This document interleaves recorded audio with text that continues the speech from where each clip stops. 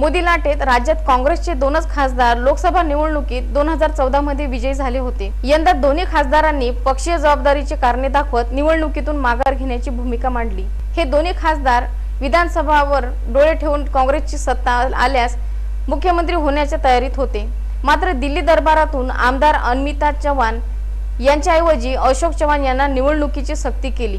परंतु दिल्ली दरबारात असलेले आपले वाढते वजन वापरून राजीव सातव यांच्यावर दिल्ली मेहरबान झाली आणि त्यांना सूट दिली।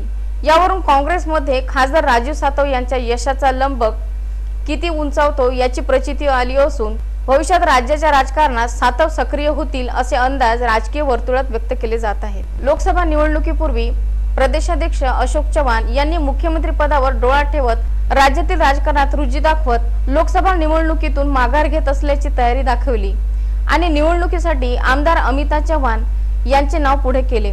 यानंतर आपणावर गुजरात राज्याची प्रभारी पदाची जबाबदारी असल्यामुळे निवडणुकीत प्रचाराला वेळ दिल्यास गुजरातमधील पक्षाच्या कामासाठी अधिक वेळ देता येणार नाही ही अशी भूमिका मांडत निवडणूक लढवण्याचा निर्णय खासदार राहुल गांधी यांच्यावर सोपविला। दिल्ली दरबारातून अशोक चव्हाण यांना निवडणूक लढवण्याच्या सूचना दिल्या। त्यानंतर हिंगोलीच्या उमेदवारीचा सातव यांच्या मर्जीनुसार भाजपातून काँग्रेसमध्ये प्रवेश देऊन सुभाष वानखेडे यांना उमेदवारी देऊन अनपेक्षितपणे मैदानात उतरवले।